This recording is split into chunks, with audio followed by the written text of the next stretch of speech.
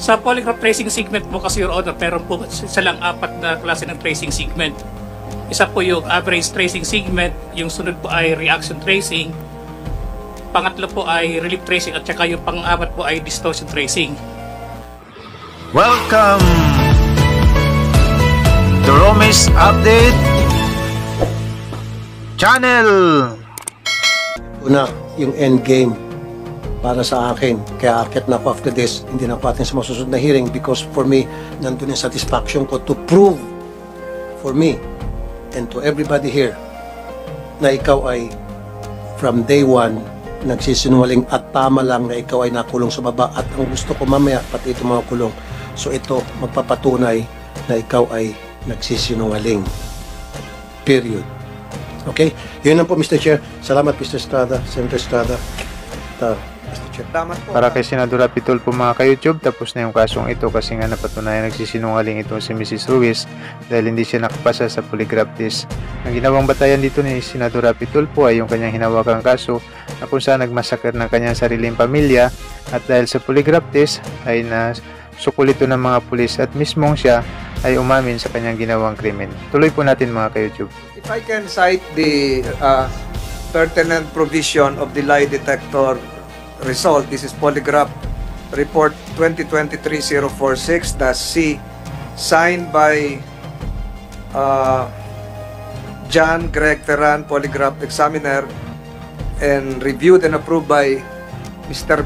Basilio, and approved by Assistant Director Romel Papa. Ang nakalagay po dito, and then before that, yung pong abogado nyo nandun nung first attempt ng polygraph. Wala po, Your Honor. And then nakadalawang attempt yun eh. Yung, di ba, yung una, yung masamang pakiramdam o kinabukasan. Wala. Yung una, wala rin. Wala po. So, tatanungin ko ngayon, ang NBI, ano pong ibig sabihin ng indicative of deceptions? Who can answer this? Well, how do you explain this in layman's language? So yung ibig sabihin po, Your Sa Honor, Tagalog, ang ibig pong sabihin, nagsisinungaling po yung subject nung ibigay po yung mga tanong na nabanggit po sa report. Ikaw na magbasa? O... So dito po, Your Honor, sa polygraph test ni Franelyn Ruiz, yung mga tinanong po sa kanya na nagsisinungaling siya ay ito po.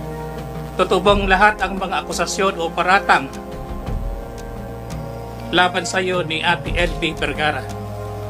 Sagot? Ang sagot po niya ay hindi po, pero meron po siya ditong deceptive reaction. Yung pangalawa, Okay. ikaw Ano ba yung- mismo? Ang Mabalik ko lang sa tanong ni Senator, if I, with the permission of the chair, mabalik ko lang sa tanong ni Senator Francis. Ano ibig sabihin nung indicative of deception? Ano naging reaction niya nung tinanong mo siya? Nagkaroon po, sa polygraph tracing segment po kasi, Your Honor, meron po isa lang 4 na klase ng tracing segment. Isa po yung average tracing segment, yung sunod po ay reaction tracing, pangatlo po ay relief tracing, at saka yung pang-apat po ay distortion tracing. Pagka po ang subject ay nagsasabi ng totoo, usually po makikita doon yung tinatawag na average tracing. Average Yes po. tracing. Yes po, ang ibig po Alright. sabihin nito, ito po yung kanyang normal na tracing segment. Na kung saan, Nagre-reflect ba yan sa ano niya? yes po, sa sa equipment? chart paper po, yes po. Alright. So pagka nagsisinungaling po yung subject, lumalabas po dito yung tinatawag na reaction tracing. Sa layman terms po, reaction tracing po. Yung sa layman terms po, ito po yung nagde-deviate po yung tracing segment from yung average tracing po, nagde-deviate po kung anong classic pattern po yung lumalabas.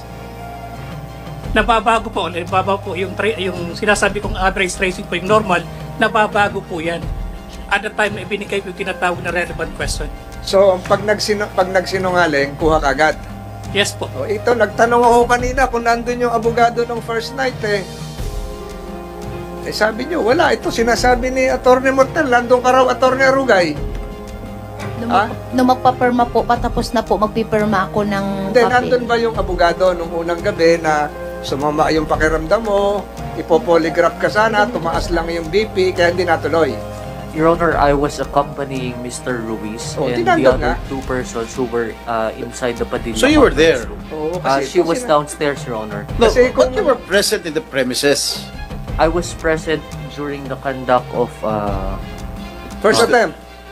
at that time, can I relate Hindi, the sequences, yung Your unang Honor? pagkatapos ng hearing, di ba, I was nag-polygraph? here from 1 p.m. until 6 p.m., Your Honor, during the conduct of polygraph examination for Mr. Ruiz as well as the 2 other witnesses. Ano nga, What about- After that, Your Honor, we went down to Oo, see my hindi natuloy client. kay Mrs. Ruiz kasi nga, High blood. high blood. Yes, Your Honor. Oo, so nandun, may counsel doon, di lang natuloy. Kaya kung talagang mali, di ipo-polygraph natin to si committee secretary na.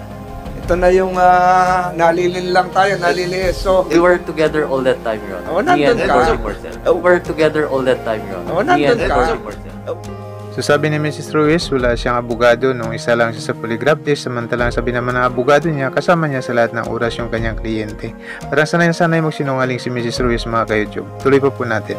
What about the second attempt dito sa pag-polygraph test kay Mrs. Franz? Were you there? Were you present? At the time that I arrived, Your Honor, they were already inside the room downstairs, Your Honor, and there was already machine that was attached to my client. Did you enter the room? At that time, Your Honor, I entered the room for purposes of counseling her with respect to the You were there. document that the NBI was asking her to sign. you were- After you were that, pala, Your Honor, I yan was... pala. may abogado naman pala. Ito naman si...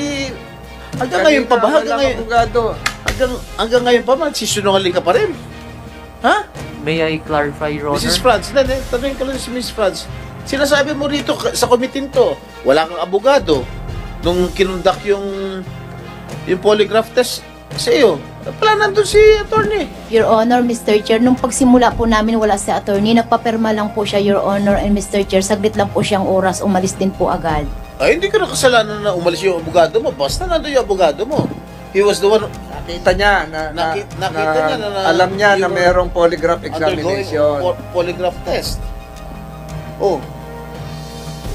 Hanggang ngayon, sinungaling ka pa rin. She is not So dealing tactic yung plano, mga ka-YouTube, kasi alam na mag-polygraph si Mrs. Ruiz, aalis yung abogado kung totoo para makarequest sila ng panibagong polygraph test. So kasalanan na nila yon at hindi kasalanan ng mga senador. Maraming salamat sa panonood, mga ka-YouTube. Comment po kayo. To God be all the glory and God bless us all. Thanks for watching.